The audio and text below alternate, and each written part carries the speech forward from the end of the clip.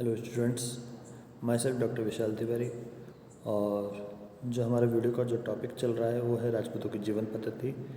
इस टॉपिक के अंदर हम लोगों ने पहले राजपूतों की जो परंपराएं रही हैं, किस तरह से उन्होंने उसकी रक्षा करी वगैरह, वो सब कुछ बताया। उसके साथ ही हमने पहला जो इसका टॉपिक है त्योहारों के संबंध में, उसके अंदर जितने भी अपने राजपूतों के और राजस्थान के अंदर जो त्यौहार मनाए जाते हैं, मनाए वैसे पूरे हिंदू धर्म में ही हुए जाते हैं, लेकिन राजपूत उसको किस तरीके से मनाया करते थे और उसके ऊपर क्या क्या वो काम करते थे, वो सब कुछ हम लोगों ने उस वीडियो में, लास्ट वीडियो में हमने देखा है।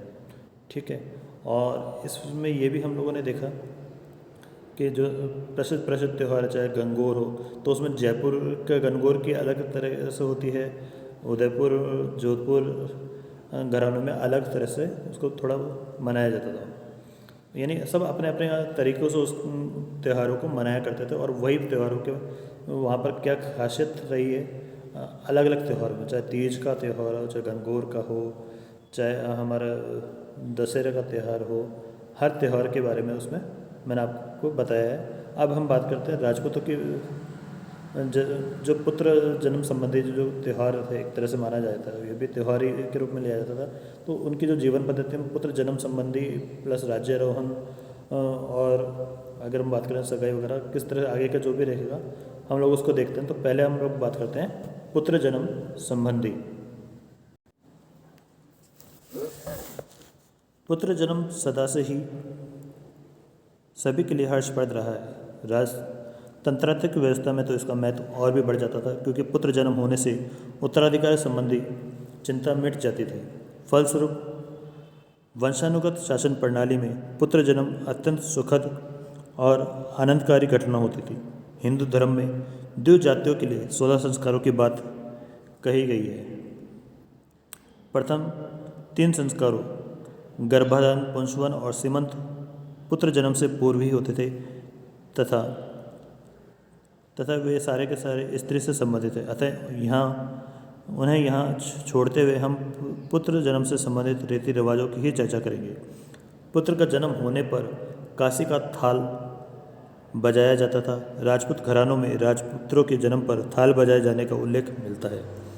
बूंदी के राजा विष्णु सिंह के राजकुमार राम सिंह के जन्म होने पर थाल बजाया गया था, जिसका उल्लेख सूर्यमल ने वंश भास्कर में किया है। पुत्र जन्म के बाद जातक्रम संस्कार संपन्न होता था, जिसमें नवजात शिशु को मक्खन चटाना, सुनहले चम्मच से दही, मधु और घृत चटाया जाता था।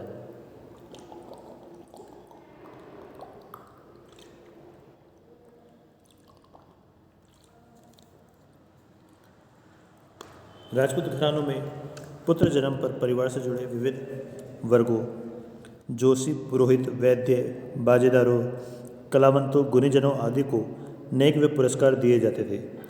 पुत्र जन्म की सूचना देने वाले को भी बधाई स्वरूप पुरस्कार दिया जाता था। प्रसव कराने वाली दाई भी विशेष रूप से पुरस्कृत होती थी। इनाम में प्राय मोहरें दी जाती थी। राजकुमार के जन्म पर चारणों को बख्शिश में हाथी, घोड़े, शेरों पाव तथा गांव तक दिए जाते थे। बालक के जन्म के छठे दिन षष्ठी देवी की पूजा की जाती थी तथा परिवार के लोग गीत गान करते हुए सारी रात जागरण करते थे। इसे छठी जगाना कहा जाता था।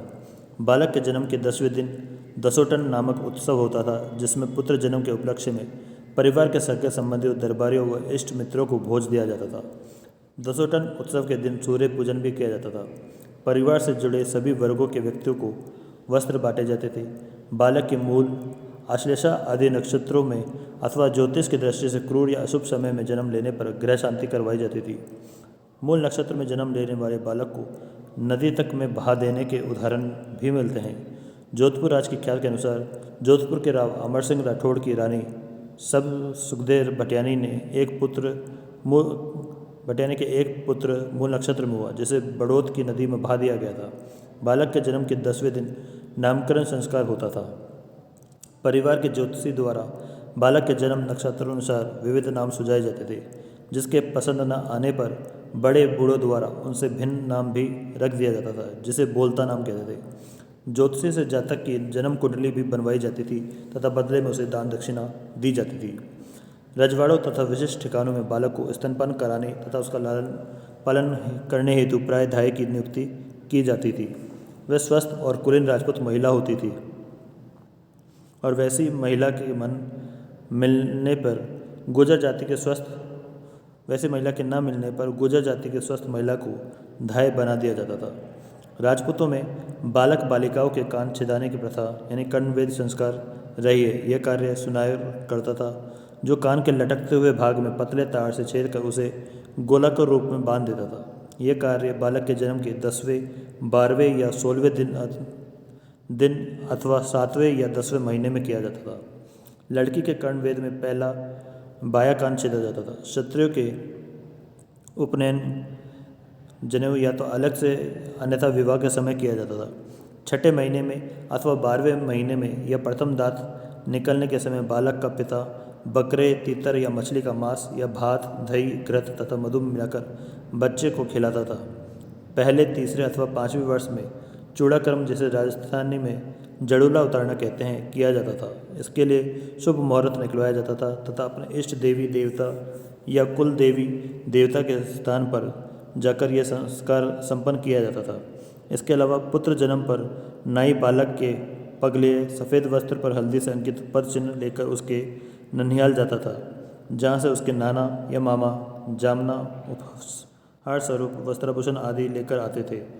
पहली होली पर बालक की बुआ भी ढूंढ बढ़ने आती थी, जिसमें वस्त्राभूषण, पतासे आदि लाए जाते थे। अब है राज्यारोहण के संबंध में।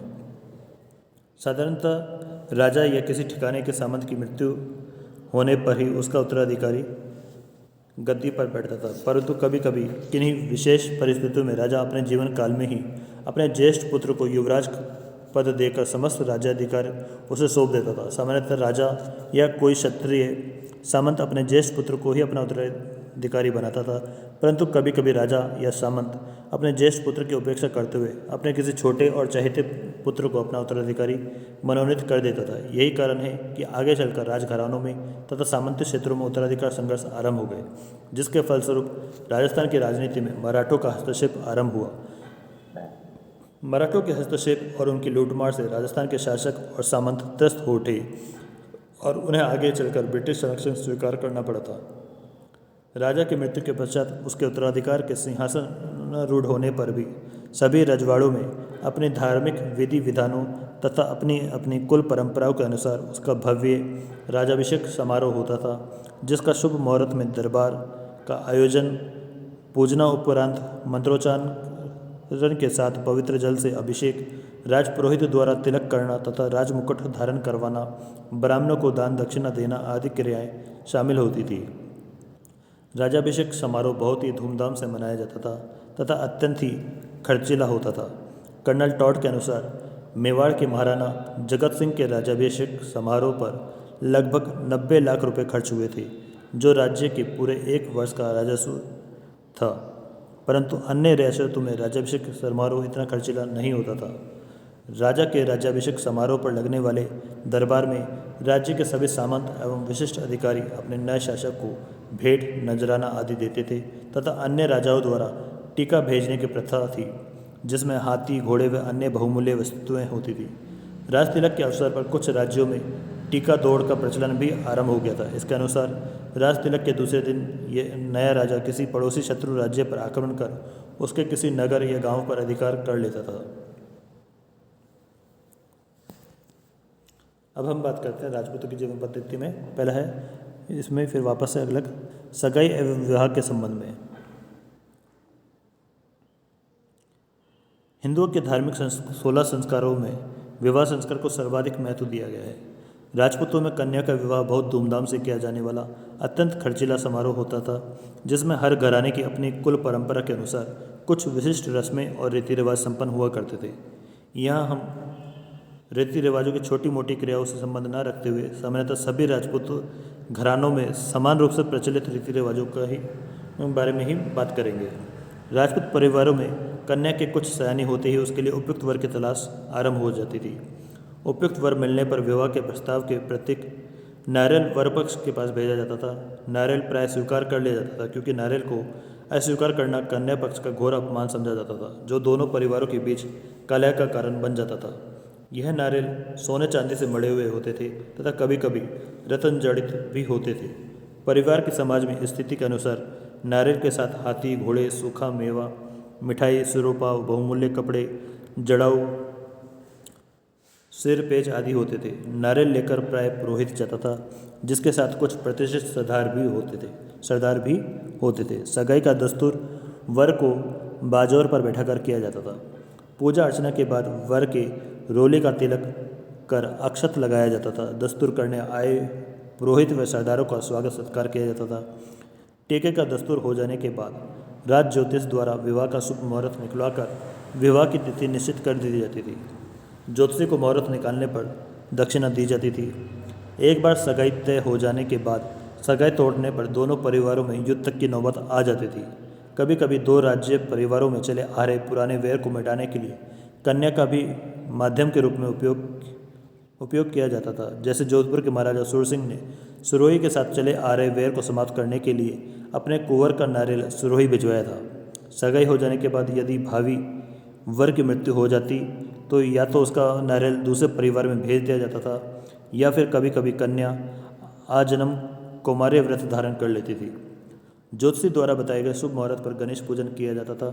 तत्पश्चात रोली के छींटे लगे कागज पर विवाह का शुभ मुहूर्त लिखकर नारियल सहित वर पक्ष के घर भिजवाया जाता था। यह लग्न पत्रिका कहलाती थी, जिसे लेकर नाई जाता था। इस दिन से विवाह के निमंत्रण पत्र यानी कुमकुम पत्री भेजना शुरू हो जाता था। प्रथम कुमकुम पत्री गणेश जी के नाम लिखी जाती थी। विवाह के 8-10 दिन पहले बान बैठाया जाता था। 7 सुहागनें वर या वधू को बाजोर पर बिठाकर ललाट पर टीका लगाती, हाथ में मोले बांधती तथा गीत गाती थी। तत्पश्चात वर या वधू के हल्दी, उपटन आदि सुगंधित द्रव्यों का लेपन किया जाता था, जिसे पिठी करना भी कहते हैं। फिर रात में वर या वधू की बिंदोरी निकलती थी, जिसमें वर प्राय घोड़ी या हाथी पर तथा वधू रथ में बैठती थी। बारात विदा होने से एक दिन पहले रात को मेल की गोट होती थी। उस रात को रात्रि जागरण दिया जाता था तथा वर या वधू के हाथ का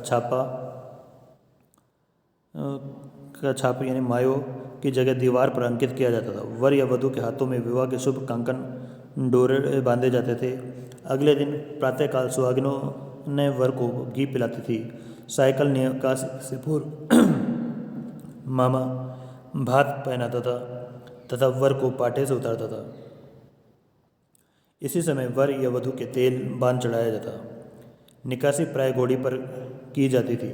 निकासी के समय वर गुलाबी पायजामा, गुलाबी ही जूता, पारचे के अचकन, सिर पेच युक्त साफा या पाग, तुरा, कलंगी, तलवार आदि से सुसज्जित हो विवाह के लिए घर से प्रस्थान करता था। निकासी के समय माँ वर को स्तनपान कराने तथा भाभी उसकी आँख में काजल लगाने की रस्म अदा करती थी। घोड़े पर वर के पीछे प्राय उसका छोटा भाई बिंद्याक के रूप में बैठता था। निकासी के पश्चात देव दर्शन कर वर के साथ बारात विदा हो जाती थी। बारात उन दिनों घोड़ों, ऊँटों, सकटों आदि में खुश्की रास्ते जाती थी। बारात में हजारों आदमी होते थे। मांडे में बारात के आगमन की अग्रिम सूचना नाई देता था, जिसे पुरस्कृत कर कन्या पक्ष की महिलाएं उसकी पीठ पर हल्दी से रंगे हाथ की छाप अंकित कर देती थी। तत्पश्चात मांडे के लोग घोड़े और ऊँटों पर सज धज कर बारात की अगवानी के लिए जाते थे।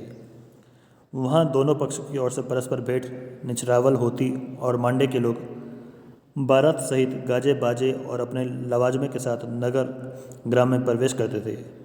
बारात को उपयुक्त स्थान पर ठहरा दिया जाता था, जिसे जान का डेरा कहा जाता था। बारात के पहुँचते ही उसका स्वागत सत्कार शुरू हो जाता था। साएं तोरण मारने की रस्म से पूर्व वर पक्ष की ओर से कन्या पक्ष के यहाँ बरी पड़ला भेजा जाता था, जिसमें वधू के लिए कीमती पोशाकें होती थी। इनमें से एक पोशाक फेरों की बरी होती थी, जिसे पहनकर वधू फेरे खाती थी। तत्पश्चात सायं तोरन मारने की रस्म होती थी। इस अवसर पर दोनों पक्षों के लोग एक दूसरे से गले मिलते तथा परस्पर निचरावले करते थे।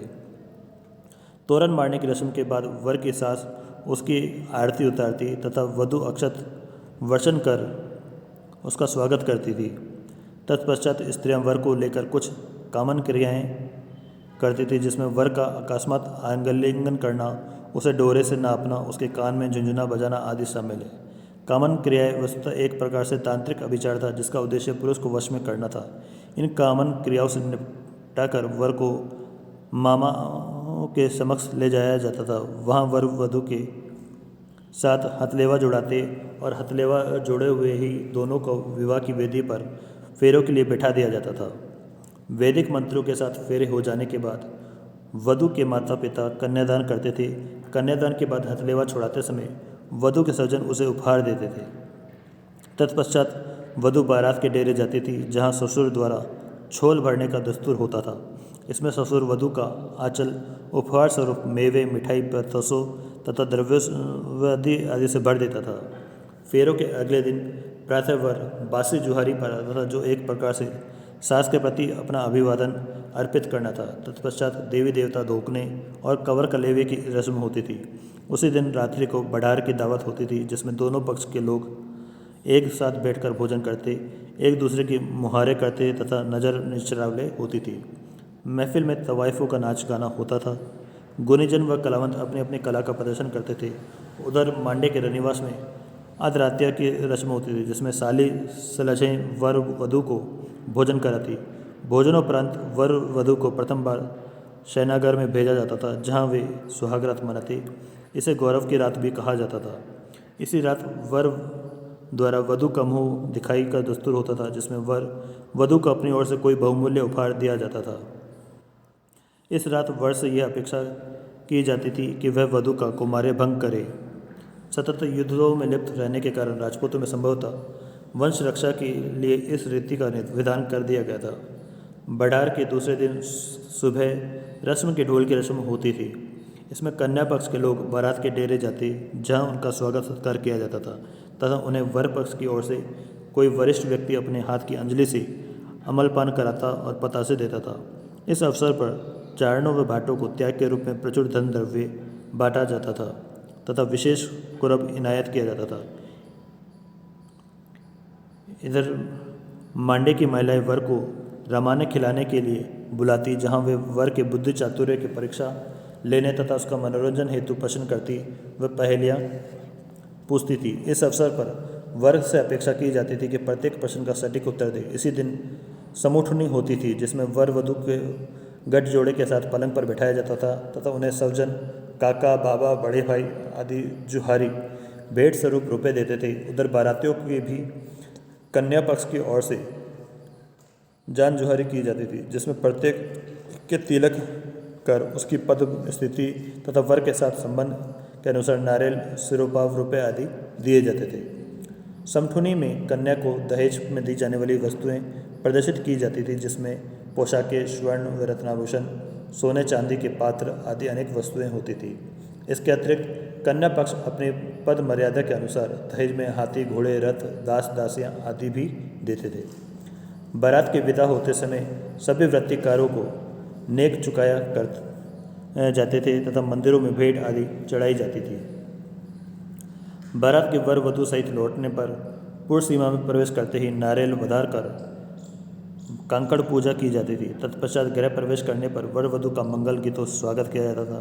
सास अपनी नई बहू का सामा लेती थी। वर के आगे काशी की 7 थालियां रख दी जाती, जिन्हें वर अपनी तलवार से सरकाता जाता और वधू उन्हें उठाती जाती थी। गृह के भीतरी कक्ष में प्रवेश करने पर बहन बाढ़ रोकने की रस्म अदा करती थी, जिसे भाई उपहार स्वरूप कुछ देता था। तत्पश्चात वर वधू माई के धोख देते हुए वर पक्ष की महिलाएं नववधू का मुंह देखती और मुंह दिखाई का दस्तूर देती थी। इस रात को रति जगह भी लगता था। वर वधू अपने जिस शयन कक्ष में सोते, उसके बाहर रानियां और ढोलनियां रात भर गीत गाती रहती थी। दूसरे दिन सुबह वर वधू अपने देवी देवता को धोखते थे। फिर वर वधू को जुआ जुई खिलवाकर उनके कांकड़ डोरे खोले जाते थे। इस दिन इसी दिन वधू को लाख का चूड़ा पहनाया जाता था तथा उसकी पंगा लागनी का दस्तूर करवाया जाता था। पगा लागनी का दस्तूर कराया जाता था। रात को पेशारे की गोट होती थी जिसमें से सजन गोट भी कहा जाता था। इसमें सभी सजातीय बंधु बांधव जोड़े से साथ बैठकर भोजन करते थे। इसके साथ ही विवाह समारोह समाप्त हो जाता था। राजपूतों में विवाह से संबंधित एक और प्रथा प्रचलित थी। वह यह कि किसी भी बड़ी रियासत के शासक या ठिकाने के संबंध उससे अपेक्षाकृत छोटे या कम महत्व के संस्थान में होने पर कन्या का डोला उस शासक या ठिकाने की राजधानी में ले जाया जाता था, जहां वर पक्ष वाले कन्या पक्ष वालों के ठहराने की व्यवस्था करते थे और वही तोरण बांधकर कन्या का पानीकरण कर लिया जाता था। इसके अलावा कभी कभी कोई क्षत्रिय वर्ष में अपनी शादी में उपस्थित नहीं हो पाता था, तब वह अपनी तलवार या खंडा भेज देता था, जिसके साथ वधू फेरे खाकर उसकी विवाहिता बन जाती थी। वैसे गुजरात के राजपूतों में खांडा भेजकर विवाह करने की पद्धति अधिक प्रचलित थी। अब हम बात करते हैं शिष्टाचार संबंधी। संस्कृत में एक उक्ति प्रचलित है कि आचरण से ही व्यक्ति कुल की पहचान होती है। यह उक्ति मध्ययुगीन राजपूतों पर पूरी तरह लागू होती थी। उस युग के राजपूत शिष्टाचार के नियमों के प्रति प्राय सचेत रहते थे। राजपूतों को बाल्यकाल से ही शिष्टाचार की शिक्षा दी जाती थी। राजपूतों के शिष्टाचार की कुछ झलक उनकी अभिवादन प्रणाली, भोजन पद्धति तथा आचरण संहिता के रूप में देखी जा सकती है। राजपूतों में बड़ों का अभिवादन करने की एक विशिष्ट प्रणाली प्रचलित थी। राजपूतों में अपने से बड़ों का अभिवादन में खमागानी कहते हुए झुककर अभिवादन करने की प्रथा थी। परस्पर पत्र लेखन में जुहार शब्द का प्रयोग किया जाता था। जैसे अमुक को जुहार वंशजियो। व्यवहार में जुहार के साथ साथ मुजरा शब्द का भी प्रयोग किया जाता था। पत्नी अपने पति से मुजरा करती थी। राजपूत कन्या अपने पिता का अभिवादन मुजरा करके करती थी तथा पुरुष भी सामान्यतः महिलाओं को मुजरा अर्ज करके अभिवादन करते थे। राजा महाराजाओं और सामंतों के परस्पर पत्र व्यवहार में भी इस शब्द का प्रयोग किया जाता था। जैसे श्री महाराज बीजे सिंह जी हजूर राना अड़सी रो मुजरो मालूम वे।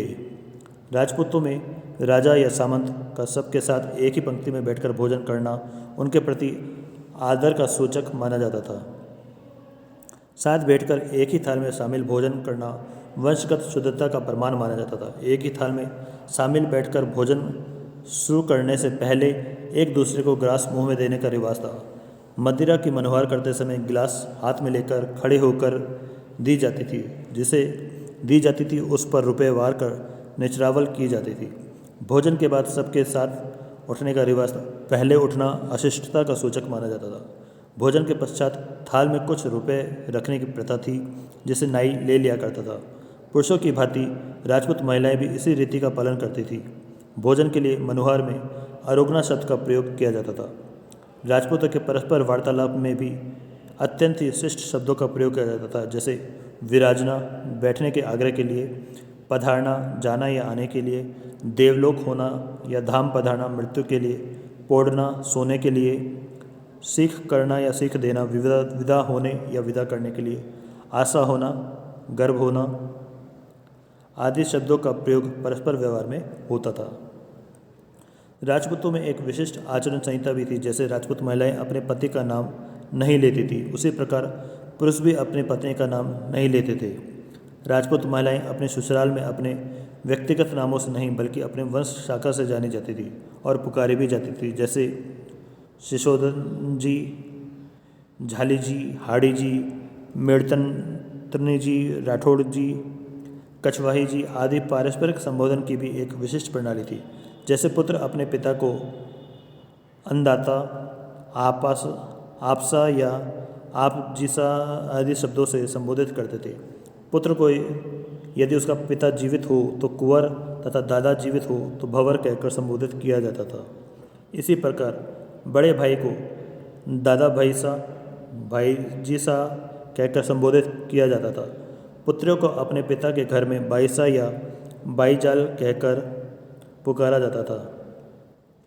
राजपूती शिष्टाचार के अन्य नियमों में नंगे सिर रनिवास या रावले में न जाना, किसी जाते हुए व्यक्ति को कहाँ जा रहे हो न कहकर आप सिद्ध पधारो सा कहकर पूछना, अपने माता पिता या बड़ों के सामने अपने पुत्र पुत्रियों को गोद में नहीं लेना और बात न करना, किसी विशिष्ट व्यक्ति के आगमन पर सामा जाना और सामा लेना आदि नियम सम्मिलित थे।